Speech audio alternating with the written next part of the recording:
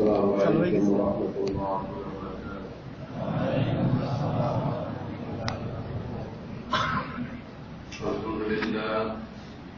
الحمد لله نحمده ونستعينه ونستغفره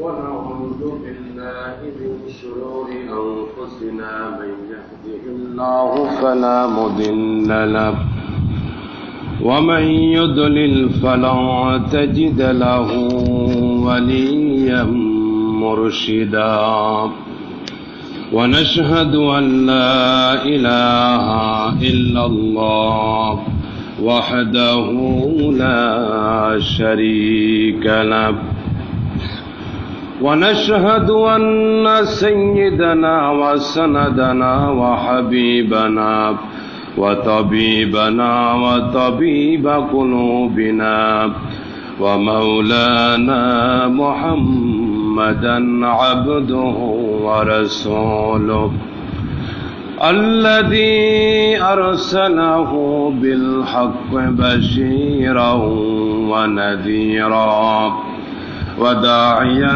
إلى الله بإذنه وسراجا منيرا أما بعد فقد قال الله تعالى في كلامه المجيد وفي فرقانه الحميد أعوذ بالله من الشيطان الرجيم بسم الله الرحمن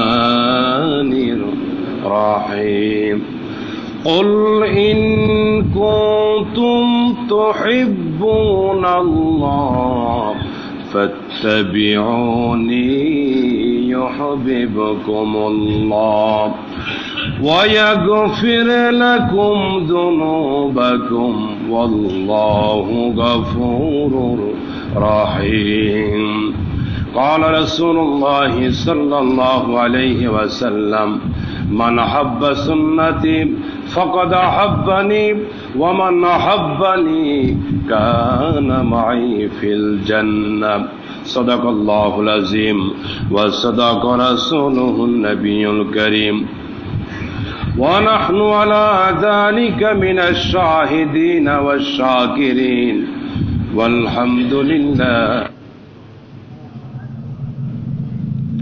لا إله إلا الله لا إله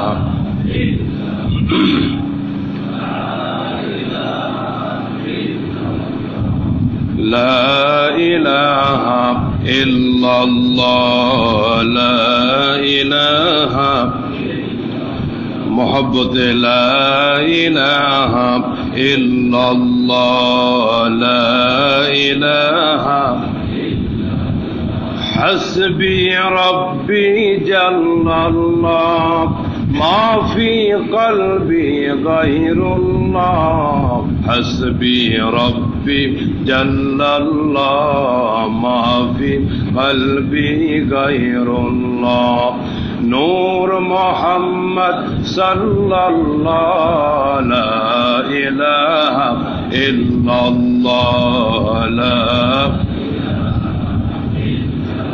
لا إله إلا الله محمد رسول الله صلى الله عليه وسلم আল্লাহ সুবহানাহু ওয়া তাআলার দরবারে আমরা শুকরগুজার হচ্ছি যে মহান মালিক আমাদেরকে সুস্থ রেখে পবিত্র এই হজের মৌসুমে হজের মাস সমূহের ভিতরে তার পবিত্র ঘরে মেহমান বানায় আসার তৌফিক এনায়েত করেছেন।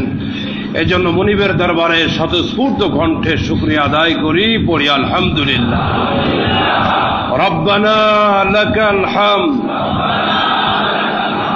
হামদান কাসীরান তাইয়িবান মুবারাকান ফীহি। আল্লাহ পাকের দরবারে আমরা শুকরিয়া আদায় করলাম। আমরা আলোচনা করব আজও মক্কা এবং মদিনা নিয়ে হজের সময় যেহেতু আমরা অনেকে হজ যাত্রী, এই জন্য আমরা এর বাইরে আপাতত যাব না। গত জুমায় বাইতুল্লাহ জিয়ারতের পরে মদিনা মুনাওয়ারা সফরের কিছু আলোচনা করেছি। আজও এই দুইটা বিষয়ে কথা বলবো ইনশাআল্লাহ। কাবা হলো তাম পৃথিবীর সমস্ত মানুষের জন্য কেবলা। সমস্ত মানুষের জন্য কেবলা হলো কাবা, বাইতুল্লাহ। জীবিত হোক অথবা মৃত, মৃত্যুর পরে চেহারাটা কোন দিকে থাকে? কেবলার দিকে। চেহারাটা কেবলার দিকে করে দিতে হয়। তাহলে জীবিত থাকতেও বান্দার জন্য কাবা হলো কেবলা। এই পৃথিবী থেকে বিদায় নিয়ে মাটির পিঞ্জিরা সেই কবরের ভিতরেও কবরের ছোট্ট ঘরের মালিক যে বাসিন্দা, মৃত্যুর পরে ওইখানে তার জন্য কেবলা হলো কাবা। সুবহানাল্লাহ। সম্মানিত হাজিরিন, কাবার চতুর্দিকে চার কোণা আছে। এই চারটি কোণের চারটি নাম আছে। একটি কোণ হল রুকনে আসওয়াদি, যেই কোণায় হাজরে আসওয়াদ পাথর রাখা। আরেকটি কোণের নাম হল রুকনে ইরাকি, অর্থাৎ ইরাকের দিকে, ইরাক অভিমুখে ওই কর্নারটা। আরেকটি কোণা হল রুকনে শামি, সিরিয়ার দিকে যেই কোণাটা, ওইটাকে রুকনে শামি বলে। এবং আরেকটি কোণার নাম হল রুকনে ইয়ামানি, ইয়ামান অভিমুখে যেই কর্নারটা, ওই কোণাটাকে বলা হয় রুকনে ইয়ামানি। এবং এই রুকনে ইয়ামানি থেকে রুকনে আসওয়াদি, হাজরে আসওয়াদ, এই গ্যাপটুকু, এই জায়গাটুকু তাওয়াফ অবস্থায় ওই দোয়াটা পড়া সুন্নাত। সূরা বাকারার আয়াতটি, রব্বানা আতিনা ফিদ দুনিয়া হাসানা ওয়া ফিল আখিরাতি হাসানাতাও, আপনারা সকলেই জানেন। আর আমরা যে তালবিয়া পড়ি, তালবিয়ার ভিতরে কি পড়তেছি, অর্থটা কি, কি বলতেছি আমি? তালবিয়ার অর্থ হলো, এবং তালবিয়া পড়ার মুস্তাহাব নিয়ম হলো, চার শ্বাসে, চার নিঃশ্বাসে তালবিয়াটা পড়া। প্রথম ভাগ হলো লাব্বাইক আল্লাহুম্মা লাব্বাইক। দ্বিতীয় ভাগ হলো লাব্বাইক আল্লাহুম্মা লাব্বাইক। দ্বিতীয় ভাগ হলো লাব্বাইক লা শারীকা লাকা লাব্বাইক। তৃতীয় ভাগ হলো ইন্নাল হামদা ওয়ান নি'মাতা লাকা ওয়াল মুলক। এতটুকু একসাথে পড়া। এবং শেষ ভাগ, চতুর্থ ভাগ হলো লা শারীকা লাক। কেউ যদি চার নিঃশ্বাসে, চার শ্বাসে না পড়তে পারে, সে ভেঙে পড়তে পারে, কোনো অসুবিধা নাই। তবে চার শ্বাসে পড়াটা মুস্তাহাব, উত্তম, যদি সম্ভব হয়। যদি সম্ভব না হয় তাহলে ভেঙে পড়বেন লাব্বাইক আল্লাহুম্মা লাব্বাইক, লাব্বাইক লা শারীকা লাকা লাব্বাইক, ইন্নাল হামদা ওয়ান নি'মাতা লাকা ওয়াল লা শারীকা লাক। অর্থ হলো লাব্বাইক আল্লাহুম্মা লাব্বাইক, হাজির, আল্লাহুম্মা, হে আল্লাহ, লাব্বাইক, আমি হাজির। তুমি ডাক দিয়েছো, তোমার দরবারে আমি বান্দা উপস্থিত হয়ে গেছি, হাজিরা দিয়েছি, স্বীকৃতি দেওয়া হলো। লাব্বাইক লা শারীকা লাকা লাব্বাইক, আমি হাজির হে প্রভু, তোমার কোনো অংশীদার নাই, তোমার কোনো শরীক নাই, আমি হাজির। ইন্নাল হামদা ওয়ান নি'মাতা লাকা ওয়াল মুলক, নিশ্চয় সমস্ত প্রশংসা, সমস্ত নিয়ামত তোমারই, এবং সমস্ত রাজত্ব তোমারই। লা শারীকা লাক, তোমার কোনো অংশীদার। লাব্বাইক লা শারীকা লাক, আমি হাজির প্রভু হয়ে, তোমার কোনো অংশীদার নাই। বান্দা আল্লাহ পাকের পবিত্র দরবারে পৌঁছে স্বীকৃতি দিচ্ছেন, অথচ আল্লাহ পাক দেখতেছেন, শুনতেছেন। এরপরও বান্দা তার কণ্ঠ দিয়ে, আওয়াজ দিয়ে দিয়ে আল্লাহর দরবারে হাজিরা পেশ করতেছে, আল্লাহ আমি হাজির হয়ে গেছি। আল্লাহ রাব্বুল আলামিনের নবী বলেন, আল্লাহর বান্দার যখন লাব্বাইক বলতে বলতে খানায় কাবার দিকে ছুটতে থাকে, আল্লাহ রাব্বুল আলামিনের নবী বলেন, ওই বান্দা বান্দির লাব্বাইক আওয়াজের সাথে গাছপালা, বৃক্ষ, তরুলতা, পাহাড় পর্বত, এমনকি তামাম পৃথিবীর সমস্ত জমিনগুলি তার সাথে লাব্বাইক লাব্বাইক ধ্বনিতে মুখরিত হয়ে যায়। এত ফজিলত, সমস্ত মাখলুকাত তার সাথে লাব্বাইক লাব্বাইক ধ্বনি দিতে থাকে, তার সাথে স্বীকৃতি জ্ঞাপন করতে থাকে। সম্মানিত হাজিরিন, তাহলে কাবার চারটি কোণার চারটি নাম আপনাদেরকে শোনালাম। হাজরে আসওয়াদ, যেটিকে রুকনে আসওয়াদি বলে, আরেকটি হলো রুকনে ইরাকি, আরেকটি হলো রুকনে শামি, আরেকটি হলো রুকনে ইয়ামানি। রুকনে ইয়ামানিটাও ইস্তেলাম করা সুন্নাত, যদি সম্ভব হয় চুমা দেওয়া, এটিও সুন্নাত যদি সম্ভব হয়, না হলে দূর থেকে ইশারা করবে, কাছে যাওয়া যাবে না। মদিনা মুনাওয়ারা, মসজিদে নববী, মসজিদে নববীর গত সপ্তাহে দুই একটি ফজিলতপূর্ণ জায়গার কথা বলেছিলাম। তার ভিতরে একটি হলো রাউদাতুম মিন রিয়াদিল জান্নাহ। মুসলিম শরীফের হাদিসের ভিতরে যেটা এসেছে, আন আনাস রাদিয়াল্লাহু তাআলা আনহু قال قال النبي صلى الله عليه وسلم ما بين بيتي ومنبري روضة من رياض الجنة ومنبري على حوضي। হযরত আনাস রাদিয়াল্লাহু তাআলা আনহু থেকে হাদিসটি বর্ণিত। আল্লাহর নবী বলতেছেন, আমার মেম্বার এবং আমার হুজরার মাঝখানের জায়গাটা জান্নাতের টুকরা। সুবহানাল্লাহ।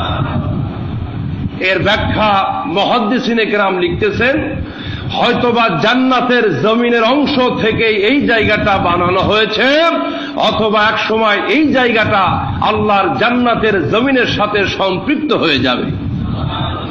আল্লাহ রাসূল বলেছেন, যে ব্যক্তি আমার হুজরা এবং মেম্বারের মাঝখানের এই পবিত্র বরকতি জায়গায় 2 রাকাত নামাজ পড়তে পারবে, আল্লাহ রাব্বুল আলামিন জিন্দেগীর সগীরা গুনাহগুলি সব মাফ করে দিবেন, জান্নাত ওয়াজিব হয়ে যাবে।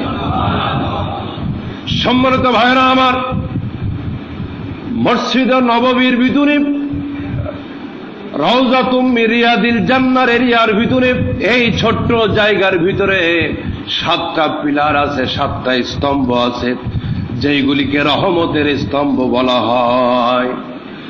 মসজিদে নববীর ভিতরে অসংখ্য পিলার, অসংখ্য স্তম্ভ, কিন্তু 7টা পিলার এমন আছে বরকতি, রহমতি, যেইগুলিকে রহমতের পিলার বলা হয়, যেইগুলিকে রহমতের স্তম্ভ বলা হয়।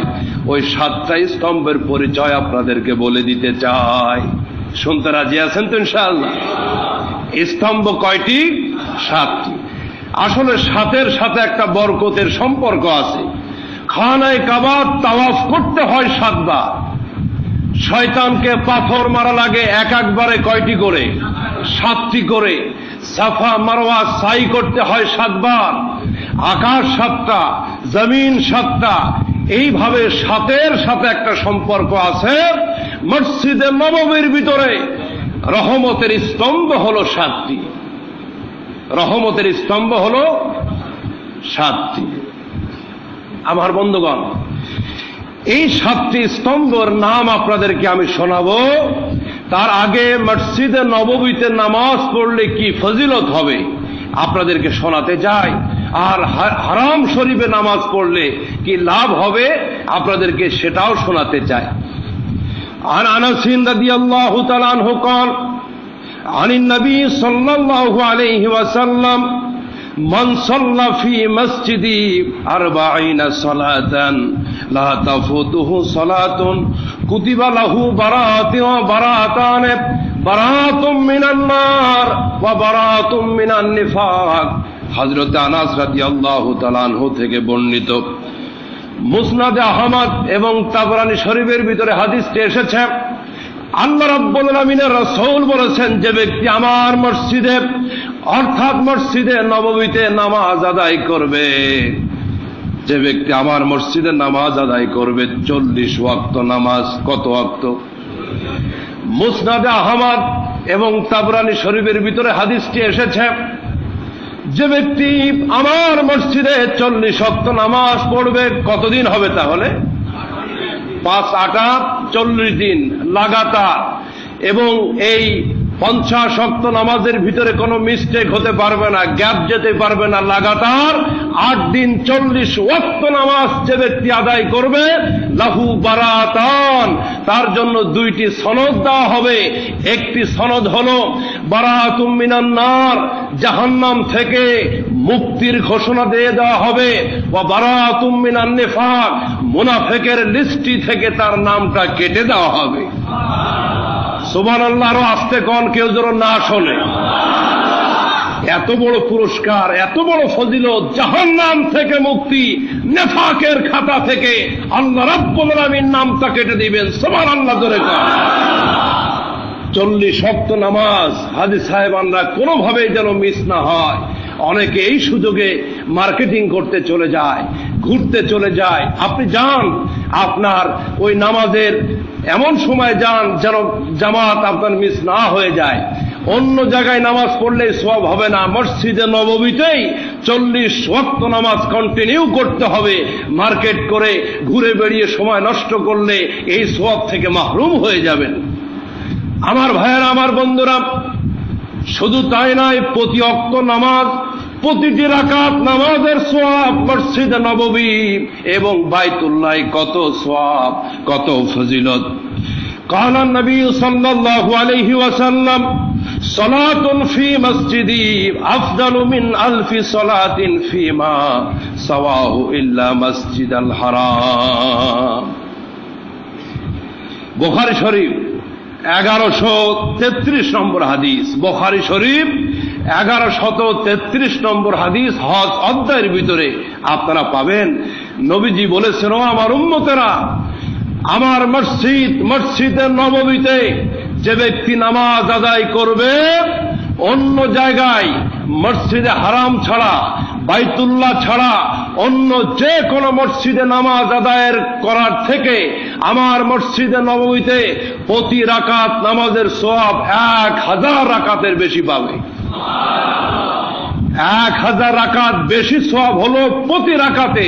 মসজিদে নববীতে নামাজ আদায় করলে মসজিদে হারাম ব্যতীত এবার মসজিদে হারামে নামাজ আদায় করলে কি সওয়াব হবে দেখুন। অবশ্য ইবনে মাজার ভিতরে, ইবনে মাজা শরীফের ভিতরে আরেকটি দুর্বল সনদে আরেকটি হাদিস এসেছে, মসজিদে নববীতে নামাজ আদায় করলে অন্য অন্য জায়গায় নামাজের তুলনায় প্রতি রাকাতে 50,000 রাকাতের সওয়াব। সম্মানিত বন্ধুগণ, এবার আসুন মসজিদে হারাম কাবায় নামাজ পড়লে আল্লাহ পাক তার বান্দাদের জন্য কি সওয়াব নির্ধারণ করেছেন। আল্লাহর নবী বলেন, ওয়া সালাতুন ফি মসজিদিল হারামি আফদালু মিন 100,000 সালাতিন ফিমা সাওয়াহু। আল্লাহর নবী বলেন, পৃথিবীর অন্য যে কোনো মসজিদের থেকে বাইতুল্লাহ যে ব্যক্তি নামাজ আদায় করবে, হারাম শরীফে যে ব্যক্তি নামাজ আদায় করবে, প্রতি রাকাতে আল্লাহ পাক 1,00,000 রাকাতের সওয়াব দিয়ে দিবে। কত লক্ষ? আল্লাহু আকবার, আল্লাহু আকবার। কি নিয়ামত, কি রহমতের খাজানা আল্লাহ পাক বাইতুল্লাহর ভিতরে রেখে দিয়েছেন। আল্লাহ রাসূল বলেছেন, বিশ্ব নবী বলেছেন, বাইতুল্লাহর উপরে প্রতি সময় 120টি রহমত নাজিল হয়। কতটি? যে ব্যক্তি বাইতুল্লাহ তাওয়াফ করে, যে ব্যক্তি খানায়ে কাবা তাওয়াফ করতে থাকে, আল্লাহ রাব্বুল আলামিন তার জন্য 7টি রহমত, 60টি রহমত দান করেন। সুবহানাল্লাহ। বাকি থাকলো কয়টি? আরো 60টি বাকি থাকলো। যে ব্যক্তি তাওয়াফ ছাড়া নামাজ আদায় করে, আল্লাহ পাক তার জন্য 40টি রহমত দান করে দেন। যে ব্যক্তি তাওয়াফ করলো না, যে ব্যক্তি নামাজ আদায় করলো না, আল্লাহর দেওয়া 2টা চোখ দিয়ে ওই সোনালী ঘর, কালো চাদর দিয়ে ঢাকা ঘরের দিকে মায়া নিয়ে তাকিয়ে থাকবে, আল্লাহ পাক তার জন্য 20টি রহমত দিয়ে দিবে। এখন প্রশ্ন হতে পারে, হুজুর একসাথে আমি সবগুলি রহমত নিতে চাই, তাহলে আপনি তাওয়াফ করেন, তাওয়াফের পরে নামাজ আদায় করেন, কাবার দিকে মায়ার নিয়তে তাকিয়ে থাকেন, আল্লাহ রাব্বুল আলামিন 60, 40, 20 সবগুলি দিয়ে 120টি রহমত আপনার আমলনামায় একত্রিত করে দিবেন। সম্মানিত ভাইরা আমার, আমরা কাবার চতুর্দিকে তাওয়াফ করি বটে, আমরা হাজরে আসওয়াদকে চুমা দিই বটে, কিন্তু পাথরের পূজা, ওই ঘরের পূজা আমরা করি না। আমরা কার ইবাদত করি? আরো জোরে বলেন। অনেকের যুক্তি হতে পারে, নাস্তিক সেকুলার মার্কা লোক যেগুলি, তাদের মনের ভিতরে যুক্তির খটকা লেগে যেতে পারে। পাথরের ঘর, কংক্রিটের ঘর, ইটের বানানো ঘর, এই ঘরের সেজদা দিচ্ছে মুসলমানেরা, এটাও কি শিরিক হয়ে যাবে? এটা শিরিক তো হবে না। তার কারণ হলো ওই ঘরের সেজদা দিতে বলেছেন কে? আল্লাহর হুকুম। এখানে কোনো যুক্তি তর্ক চলতে পারে না, এখানে কোনো যুক্তি চলবে না। মাহে রমাদানে আপনার টাকায় কেনা, আপনার বাড়িতে আপনার সামনে উপস্থিত শরবত, হালাল খাবার, কিন্তু বসে আছেন, স্পর্শ করতেছেন না। কোনো সাংবাদিক নাই, কোনো সিসি ক্যামেরা নাই, র্যাব পুলিশ খাইলে পিটাবে না, কিন্তু অপেক্ষা করতেছেন হালাল খাবার আপনার টাকায় কেনা, আপনি খাইতেছেন না। আদেশ কার? এখনো সময় হয় নাই। তোমার পকেটের পয়সা দিয়ে কেনা হতে পারে, কিন্তু খাবার আদেশ এখনো হয় নাই। সময় হোক, সময় হইলে পরে আবার খাইতে হবে, দেরি করা যাবে না। সুবহানাল্লাহ, জোরে বল। আল্লাহ পাকের হুকুমের সাথে সবকিছু এখানে সম্পৃক্ত। 8 তারিখে ইচ্ছা করলে যেই খানায় কাবায় প্রতি রাকাত নামাজ পড়লে 1 লক্ষ রাকাতের সওয়াব। 8ই জিলহজ যখন চলে এসেছে, এই বোনাস নেওয়ার সুযোগ আর নাই। দৌড়, এখান থেকে এখন মার্চ শুরু হবে মিনার ময়দানে। সুবহানাল্লাহ কর। তাইলে প্রতি রাকাতে 50 লক্ষ রাকাতের সওয়াব, কিন্তু 8 তারিখে এখানে থাকার অনুমতি আর। তাইলে কি খানায় কাবার ইবাদত হলো নাকি আল্লাহর ইবাদত? ও হাজী সাহেবান, এখন 1 লক্ষ রাকাতের সওয়াব বাদ দিয়ে আল্লাহর হুকুম হলো হজের প্রথম দিন 8ই জিলহজ এখন মিনার ময়দানে অবস্থান করতে হবে। যেই ময়দানে ইব্রাহিম এবং ইসমাইলের প্রেমের পরীক্ষা হয়েছিল, ওইখানে চলে যাও, ওইখানে অবস্থান করে। এটা সুন্নাত। 5 ওয়াক্ত নামাজ এখানে আদায় করো, জোহর থেকে 9 তারিখ জিলহজের ফজর পর্যন্ত এখন এখানে অবস্থান করতে হবে। সম্মানিত বন্ধুগণ, তাহলে ইবাদত বন্দেগী আল্লাহর করি, কিন্তু এই ঘরের চতুর্দিকে আমরা কেন তাওয়াফ করি? এই ঘরের উপরে আল্লাহ রাব্বুল আলামিনের কুদরতি তাজাল্লি, কুদরতি রহমত পড়েছে। সুবহানাল্লাহ। কাবা খোদা না, কিন্তু খোদা থেকে জুদা না। এখানে আল্লাহ পাকের হুকুম, আল্লাহ পাকের কুদরত, আল্লাহ পাকের রহমত আছে। সুবহানাল্লাহ, জোরে। সম্মানিত বন্ধুগণ, মসজিদে নববীতে কয়টি স্তম্ভ? 7টি। এই স্তম্ভগুলির সাথে ছোট্ট ছোট্ট ঘটনা, ইতিহাস জড়িত আছে। আপনাদেরকে সবগুলি শোনাতে পারবো কিনা জানি না, সংক্ষিপ্ত করে বলি। রহমতের খুঁটি বলা হয় এইগুলিকে। রিয়াদুল জান্নার ভিতরে এবং এর সংলগ্ন 7টি খুঁটি আছে। একটি খুঁটি হল উস্তুয়ানায়ে হান্নানা, যেটিকে ফার্সিতে সুতুনে হান্নানা বলে, আরবিতে উস্তুয়ানায়ে হান্নানা। হান্নানা মানে অধিক্রন্দনকারী, নাহায়ানুহু থেকে। হযরতে নূহ আলাইহিস সালামকে নুহু বলা হয় কেন? কারণ উনি খুব কেঁদেছিলেন। নূহ আলাইহিস সালামের আসল নাম কিন্তু নুহু না। নূহ আলাইহিস সালামের আসল নাম হলো আব্দুল গাফফার। কি নাম বলেন? আব্দুল গাফফার। অনেকের হয়তো জানা নাই। নূহ আলাইহিস সালামের প্রকৃত নাম হলো আব্দুল গাফফার, কিন্তু দ্বীনের দাওয়াত দিতে গিয়ে, কালেমার প্রচার করতে গিয়ে, তাওহীদের এলান করতে গিয়ে, আলায়ে কালিমাতুল্লাহর জন্য এত জুলুম নির্যাতন, পাথরের আঘাত সহ্য করা লেগেছে। 950 বছর পয়গম্বর এত কাদা কাঁদছে, আল্লাহ পাক তাকে আদর করে কোরআনে ডাক দিয়ে দিয়েছেন, ও আমার নূহ, আমার কান্দন্যা নবী, আজ পর্যন্ত এবং কিয়ামত পর্যন্ত পয়গম্বরের নাম নুহু হয়ে গেছে। আসল নাম কি বললাম? আব্দুল গফফার। আবু হুরায়রা রাদিয়াল্লাহু তাআলা আনহু, নবীর কলিজার টুকরা সাহাবী, হাদিসের কিতাব খুললে সব থেকে হাদিস বর্ণনা করতে গিয়ে যার নামটা বেশি পাওয়া যায় তিনি হলেন হযরত আবু হুরায়রা রাদিয়াল্লাহু তাআলা আনহু। প্রকৃত নাম ছিল আব্দুল্লাহ আব্দুর রহমান। আবু হুরায়রা এটা নবীর দেওয়া নাম। সুবহানাল্লাহ। আবুন মানে বাবা আর হুরায়রা মানে বিড়াল। আবু হুরায়রাকে বিড়ালের বাবা কেন বলা হয়? শীতের কালে কনকনে ঠান্ডার ভিতরে নবীর কলিজার টুকরা সাহাবী হযরত আবু হুরায়রা নজর করে দেখে থর থর করে একটা বিড়াল কাঁপতেছে। বিড়ালটা কষ্ট পেতেছে, চতুষ্পদ জন্তু, ছোট্ট বাচ্চা বিড়ালটা। ইসলাম কত দরদি ধর্ম, মুসলমান কত দরদি হবে। একটা বিড়ালের পরে পর্যন্ত কত দয়া, কত মায়া। এই মুসলমান তো বোমা হামলা করবে না, মুসলমান আত্মঘাতী হবে না, অতর্কিত কোনো মানুষকে খুন করবে না, সারা দেশে বিভিন্ন জায়গায় বস্তা ভর্তি ইমামের লাশ পাওয়া যাবে না। কারণ মুসলমান হলো মানবতাবাদী, ইসলাম হলো মানবতার ধর্ম। ঠিক কিনা?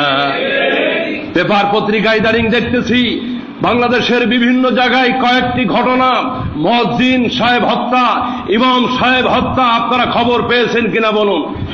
আমি সাংবাদিক ভাইদেরকে বলতে চাই, এই সমস্ত খবরগুলি পত্রিকার হেডলাইন করতে হবে। ঠিক কিনা? ভারতের এক হাতি নিয়ে যত মাতামাতি আর যত হেডলাইন হয়েছে, এদেশের একটা ইমামের জন্য একটা পত্রিকাতে হেডলাইন হয় নাই। ঠিক কিনা জোরে বলে? এগুলি প্রচার করতে হবে। এটি দুঃখজনক ব্যাপার। এদেশের সমস্ত মানুষ, সমস্ত নাগরিক ইজ্জত নিয়ে, সম্মান নিয়ে, নাগরিকত্ব নিয়ে সুখে শান্তিতে স্বাধীনভাবে বাঁচুক, এটি আমরা চাই। মসজিদের ইমাম সাহেবদের উপরে হামলা করা হচ্ছে, কি আশ্চর্য ব্যাপার, কত বড় দুঃখজনক ব্যাপার। এগুলিকে চিহ্নিত করা দরকার, কারা করতেছে এগুলি, কাদের কারসাজি এগুলি। সম্মানিত ভাইয়েরা আমার, ইসলাম হলো মানবতার ধর্ম।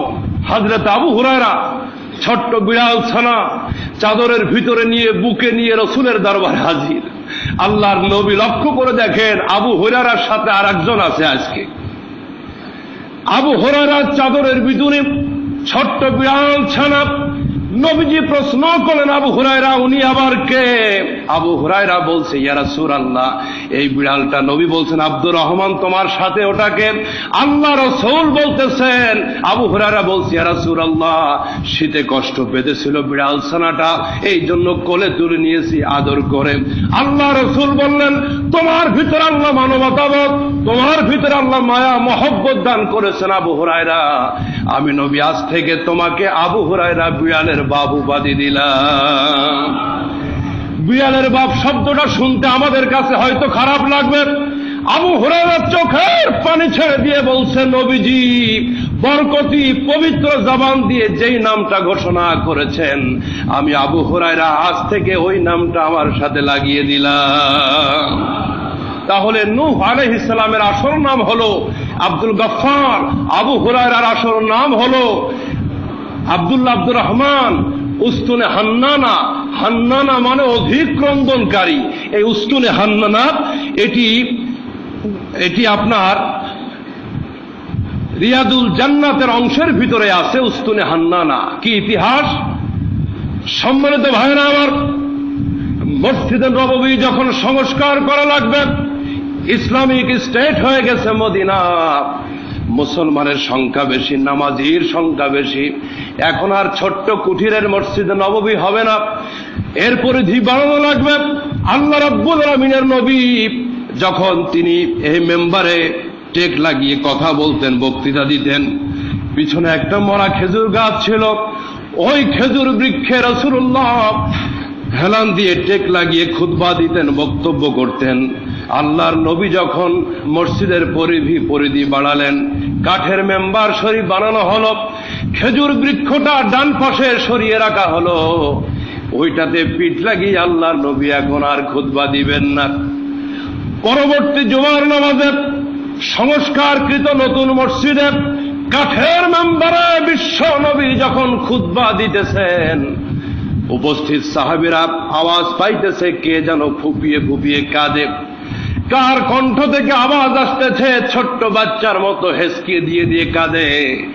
এদিকে ওদিকে নজর দিলেন, কোন মানুষের চোখে পানি নাই, কারো কান্নার আওয়াজ নাই, কারো কাছে কান্নার আলামত নাই। কিন্তু লক্ষ্য করে বিশ্ব নবী শুনলেন নবীর পাশ থেকে আওয়াজ আসতেছে। আল্লাহর নবী নেমে দেখেন, শুনতে পেলেন ওই মরা খেজুর বৃক্ষ থেকে কান্নার আওয়াজ আসতেছে। নবীর প্রতি কত ভালোবাসা, কত মহব্বত আল্লাহর নবীর উপরে। বিশ্ব নবী নজর করে দেখলেন খেজুর গাছ, মরা খেজুর গাছ। অনেকের যুক্তির ভিতরে ধরবে না, মরা খেজুর গাছে আবার কেমনে কাঁদে। সম্মানিত ভাইরা আমার, ইব্রাহিম আলাইহিস সালামের অগ্নিকুণ্ড, নমরুদের অগ্নিকুণ্ডের ভিতরে আল্লাহর পক্ষ থেকে আগুনকে আদেশ করা হয়েছিল। আগুন কি আল্লাহ পাকের হুকুম মেনেছিল কিনা? আরো জোরে বলেন। নবীর হাতের ইশারায় আকাশের চাঁদটা 2 টুকরা হয়েছিল কিনা? আল্লাহ চাইলে সব সম্ভব। বিশ্বনবী খেজুর বৃক্ষকে বুকে চেপে ধরলেন। কাঁদো কেন? খেজুর বৃক্ষ বলছি, ইয়া রাসূলুল্লাহ, কাঁদি এই জন্য, এতদিন আপনার বরকতি রহমতি পিঠের সাথে আমার টাচ লেগেছিল। আমার মতো মরা খেজুর বৃক্ষের সাথে আপনি নবী, জান্নাতের নবী রাহবার, আপনার পবিত্র পিঠের সাথে আমার টাচ লাগতো। এখন মসজিদে নববীর পরিধি বেড়ে গেছে, নতুন সুন্দর মেম্বার হয়ে গেছে, বিশ্ব নবীর পবিত্র ছোঁয়া থেকে মাহরুম হয়ে গেলাম। আল্লাহর নবী এবার মা যেমন ছোট্ট সন্তানকে বুকে জড়িয়ে ধরে, ওই খেজুর গাছকে আল্লাহর নবী বুকে জড়িয়ে ধরলেন। ছোট্ট বাচ্চার কান্না ধীরে ধীরে স্টেপ বাই স্টেপ যেভাবে আস্তে আস্তে বন্ধ হয়, হযরতে আনাস বলেন আমরা শুনতে পেলাম ওই খেজুর গাছটা আস্তে আস্তে কার কান্না বন্ধ করে দিল। আল্লাহর নবী বলেন, খেজুর বৃক্ষরে তোমার সামনে 2টা প্রস্তাব রাখলাম আমি। তুমি যদি চাও এই পৃথিবীতে আবার নতুন করে বাঁচবে, আমি আল্লাহর কাছে দোয়া করব এই পৃথিবীতে কিয়ামত পর্যন্ত তুমি সবুজ ফলদার বৃক্ষ হয়ে যাবে। আর একটা প্রস্তাব হলো, তুমি যদি চাও আমি নবীর সাথে জান্নাতে থাকবে, সেটাও হতে পারে। খেজুর বৃক্ষ বলছি, ইয়া রাসূলুল্লাহ, এই পৃথিবীর নতুন সবুজ শ্যামলিমা আমি চাই না, আল্লাহর জান্নাতে আল্লাহর নবীর সাথে থাকতে চাই।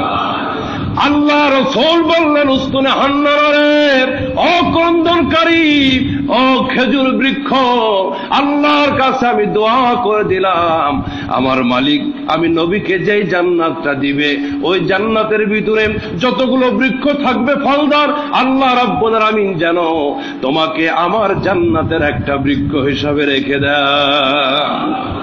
ওই বৃক্ষটা আজ তো আর নাই, এখন পাথর হয়ে গেছে, এখন পিলার হয়ে গেছে, আরবিতে নামগুলি লেখা আছে। যদি সুযোগ পান এই উস্তুন, এই খাম্বার পাশে 2 রাকাত নফল নামাজ পড়বো ইনশাআল্লাহ। আরেকটি হল উস্তুনের শারীর। উস্তুনের শারীর বলা হয় যেই খাম্বার কাছে বিশ্ব নবী ইতিকাফ করতেন, আর নবীজির বিছানা মুবারক রাখা হতো, জায়নামাজটা পাতা হতো। ইতিকাফের সময় রমজান মাসে আল্লাহ রাব্বুল আমিনের নবী এই পিলারের কাছে নামাজ আদায় করতেন, ইতিকাফ করতেন, বিশ্ব নবী এইখানে অবস্থান করতেন। এই খাম্বাটাকে উস্তুনে শারীর বলা হয়। যদি সম্ভব হয় এইখানে 2 রাকাত নামাজ আদায় করা হবে। হুজরার পশ্চিম পাশে জালির সাথে হলো এই উস্তুনে শারীর 2 নম্বর, যেটা বললাম। উস্তুনে উফুদ হলো 3 নম্বর, যেটা জালি মুবারকের একেবারে সাথে। উস্তুনে উফুদ বলা হয় বিভিন্ন রাষ্ট্রের প্রতিনিধিরা আসতো আল্লাহর নবীর কাছে। নবীজি শুধু নবী ছিলেন না, নবীজি শুধু মসজিদের ইমাম ছিলেন না, বিশ্ব নবী মদিনা রাষ্ট্রের সফল রাষ্ট্রনায়কও ছিলেন, ঠিক কিনা? পৃথিবীর বিভিন্ন রাষ্ট্রের প্রতিনিধিরা, রাজনৈতিক ব্যক্তিরা আসতেন আল্লাহর নবীর কাছে, এই খাম্বার কাছে, স্তম্ভের কাছে। রাসূলুল্লাহ তাদের সাথে কথা বলতেন, আলাপ করতেন। এটাকে উস্তুনায় উফুদ বলা হয়। আরেকটি হলো সুতুনে হার্স, উস্তুয়ানায়ে হার্স, যেটি রাসূলুল্লাহ যখন হুজরার ভিতরে থাকতেন, কোন না কোন সাহাবী কন্টিনিউ এই খাম্বার কাছে পাহারা দিতেন, কোন শত্রুর কারণে রসুলের যেন কোনো ক্ষতি না হয়। পারলে এখানে 2 রাকাত নামাজ। আরেকটি হলো উস্তুয়ানায়ে আয়েশা। নবীজি বলেছেন, আমার মসজিদে নববীর ভিতরে এমন একটি স্তম্ভ আছে, এমন একটি জায়গা আছে, আমার উম্মতরা যদি ওই জায়গাটা জানতো তাহলে ওই জায়গায় নামাজ পড়ার জন্য লটারি শুরু হয়ে যেত। নবীজির জীবদ্দশায় নবীজি ওই খাম্বার কথা বলে যান নাই, ওই স্তম্ভের কথা প্রকাশ করেন নাই। হযরত আয়েশা সিদ্দিকা রাদিয়াল্লাহু তাআলা আনহা রাসূলের ইন্তেকালের পরে ভাগ্নে আব্দুল্লাহ ইবনে জুবায়ের রাদিয়াল্লাহু তাআলা আনহুর কাছে ওই স্তম্ভ, ওইটার খবর বলে দিয়ে যান, যেটিকে উস্তুনায়ে আয়েশা বলা হয়। আল্লাহ রাসূল বলেছেন, এই স্তম্ভের কাছে যে ব্যক্তি 2 রাকাত নামাজ আদায় করবে আল্লাহ পাক তাকে জান্নাত দিয়ে দিবেন। 5টি গেল। আরেকটি হলো উস্তুয়ানায়ে লুবাবা, আরেকটি হলো উস্তুনায়ে জিবরিল। সম্মানিত ভাইরা, সুতুনে লুবাবা বলা হয় রসুলের এক প্রিয় সাহাবী ছিলেন, বদরি সাহাবী। বদরের ময়দানে যিনি অংশ নিয়েছিলেন জেহাদে, তার থেকে একটা ভুল সংগঠিত হয়ে যায়। এই ভুলের কারণে এই সাহাবী তওবা করতে চায়। রসুলে পাক সাল্লাল্লাহু আলাইহি ওয়াসাল্লাম একটু অসন্তুষ্ট হন তার প্রতি ওই কাজের কারণে। আবু লুবাবা নবীর কলিজার টুকরা সাহাবী, যখন লক্ষ্য করলেন রসুল নারাজ হয়ে গেছেন, নবীজি যদি নারাজ হন, নারাজ হবেন, জোরে বলেন কে? আল্লাহর নবী বেরাজ হয়ে গেছেন, নারাজ হয়ে গেছেন। আবু লুবাবা মসজিদে নববীর ভিতরে ঢুকে রিয়াদুল জান্নার পাশে এই স্তম্ভের সাথে একটা রশি দিয়ে, শিকলি দিয়ে নিজেকে বেঁধে ফেলে দিলেন, আর বলেন, আল্লাহর নবী যতক্ষণ পর্যন্ত আমাকে না খুলে দিবেন আমি লুবাবার মৃত্যু হয়ে যেতে পারে, এই স্তম্ভ ছেড়ে আমি কোথাও যাব না। রসুলকে একটু ইমোশনাল, দুর্বল করে দিতে চাচ্ছে। আমাকে খুঁটির সাথে, স্তম্ভের সাথে বেঁধে ফেলে দিলাম, আল্লাহর নবী যতক্ষণ পর্যন্ত না খুলবে আমি নিজেকে মুক্ত করব না, যদি আমার প্রাণ পাখিটা বের হয়ে যায়। রসুলও ঘোষণা দিলেন, আবু লুবাবা, যতক্ষণ পর্যন্ত আল্লাহর পক্ষ থেকে আমি নবীর কাছে জিবরাইলের মাধ্যমে তোমার তওবা কবুল হওয়ার, তোমার ক্ষমা ঘোষণার মেসেজ না আসে, আমিও তোকে খুলব না। আল্লাহু আকবার। আমার ভাইরা, আমার বন্ধুরা, রাত পার হয়, দিন পার হয়, বিশ্ব নবীর কাছে তওবা কবুলের আয়াত নাজিল হয় না, কোন ইশারা নাজিল হয় না। আবু লুবাবা ওই স্তম্ভ থেকে ছাড়া পায় না। নামাজের সময় কষ্ট করে নামাজ পড়ে, সাহাবীরা জোর করে কোন রকমে একটু পানি পান করায়, কিন্তু সে খেতে চায় না। শরীরটা হাড্ডি সার হয়ে গেল, শুকিয়ে একেবারে। 49 দিন পার হয়ে গেছে এইভাবে। আল্লাহর নবীর কলিজার টুকরা সাহাবী ওই উস্তুনে আবু লুবাবার সাথে শিকল দিয়ে বাঁধা, রাহমাতুল লিল আলামিন না মুক্ত করলে আমি নিজেকে মুক্ত করব না। নবীও কাঁদতেছে, সাহাবীরাও কাঁদতেছে, ইয়া রাসূলুল্লাহ, আপনি আল্লাহর দরবারে বিশেষভাবে দরখাস্ত করুন, আবু লুবাবা মনে হয় আর পৃথিবীতে থাকবে না। আবু লুবাবা চিৎকার দিয়ে কাঁদে তওবার জন্য। নবীজিও তাকে খুলে না। হঠাৎ করে 50 দিনের মাথায় আল্লাহর পক্ষ থেকে মেসেঞ্জার জিবরিল আমিনের মাধ্যমে তওবা কবুলের ঘোষণা হয়ে গেল। আল্লাহ রাব্বুল আলামিনের নবী সাহাবীদেরকে বললেন, যাও আবু লুবাবার শিকল খুলে দাও, আমার আবু লুবাবার তওবা আল্লাহ কবুল করেছে। সাহাবীরা আবু লুবাবার শিকল যখন খুলতে গেল, আবু লুবাবা বলতেছে, আমার শিকলে টাচ করো না, 50 দিন অপেক্ষা করতে পেরেছি, তোমরা টাচ করো না, যতক্ষণ পর্যন্ত রহমতে আলম আমার বিশ্বনবী শিকলে হাত না দিবে জীবন যাবে, আমি মুক্ত হব না। রসুলের কাছে খবর পৌঁছানো হলো। নবীজি কাঁদতে কাঁদতে আবু লুবাবার কাছে আসলেন আর শিকল খুলে দিলেন। ডেকে বলেন, আবু লুবাবা পাগল রে, আল্লাহ তোর তওবা এমন ভাবে কবুল করেছে, মদিনার সমস্ত মানুষের ভিতরে তোমার তওবা বন্টন করে দিলে যথেষ্ট হয়ে যাবে। এটিকে উস্তুয়ানায়ে আবু লুবাবা বলা হয়। আরেকটি হলো উস্তুনায়ে জিবরিল। রসুলের কাছে জিবরিল আমিন যখন ওহী নিয়ে আসতেন, হযরতে দাহিয়া কলবি রাদিয়াল্লাহু তাআলা আনহুর সূরতে, তখন এইখানে জিবরিল আমিন আসতেন দাহিয়া কলবির আকৃতি নিয়ে। এই পিলারের কাছে জিবরিল আমিন রসুলের কাছে ওহী নিয়ে আসতেন, এই জন্য এই পিলারটাকে সুতুনে জিবরিল বলা হয়। সম্মানিত ভাইরা, আমরা সুযোগ পেলে আপনাদেরকে একটু পরিচয় দিচ্ছি, যেহেতু অনেক ভাই আছেন এখনো যান নাই। মক্কা মদিনা কিছু স্মৃতিময় বরকতময় জায়গার একটু পরিচয় দিলাম, তাহলে আপনাদের আমল করতে, ওইগুলি চিহ্নিত করতে সহজ হবে। আপনারা চেষ্টা করবেন। আজকে দুরুদের উপরে আরো দু চারটি কথা বলার ইচ্ছা ছিল, আল্লাহ পাক চাইলে সামনে বলবো ইনশাআল্লাহ। আল্লাহ রাব্বুল আলামিন আমাদের সকলকে হজ্জে মাবরুর করার তৌফিক দান করেন, আমিন। বেশি বেশি আল্লাহর কাছে দোয়া করতে থাকুন, বেশি বেশি আল্লাহর কাছে কাঁদতে থাকুন। জীবনে একটি বার যেন আল্লাহ পাক তার খানায়ে কাবা, তার নবীর রওজায়ে আতহারের কাছে আমাদের হাজির করে দেন। দোয়া করতে থাকবেন ইনশাআল্লাহ। আল্লাহ যদি কবুল করে নেন, জীবনে একবার পৌঁছার সুযোগ হয়ে যাবে, আল্লাহ যদি তৌফিক দান করেন। ইচ্ছা আমাদের আছে না নাই? আল্লাহ পাক সকলের হাতগুলি কবুল করেন। আরো জোরে বলুন আমিন। আপনারা জানেন আমাদের মসজিদের নির্মাণ কাজ চলতেছে, বলা জরুরি, আবার পরে মনে থাকে কি না থাকে। যারা অনুদান লিখিয়েছিলেন সাদকা দান ইতিপূর্বে রমজানের শেষের দিকে, আলহামদুলিল্লাহ অনেকেই দিয়ে ফেলেছেন ভাইরা। আর গোটা কয়েকজন হয়তো বাকি আছেন ব্যস্ততার কারণে, ভুলে যাওয়ার কারণে। আপনারা ওইগুলি শরিক হয়ে গেলে কাজগুলি দ্রুত হয়ে যায়। কাজ চলতেছে। আর নতুন করে আমি আল্লাহর বান্দাদের কাছে আবদার রেখে যাচ্ছি, আপনাদের জন্য তো প্রাণ খুলে দোয়া করব ইনশাআল্লাহ, সবসময় দোয়া করি। আপনারা নতুন করে আল্লাহ পাকের এই পবিত্র ঘরটা, এই মসজিদে আরো কিছু অনুদান নতুন করে দিবেন। আমি এই মুহূর্তে কাউকে নির্দিষ্ট করতেছি না, হাত উঠাইতে বলতেছি না, তো দাবি রাখলাম। হয়েই তো গেছে 80%, 85% কাজ শেষ হয়ে গেছে।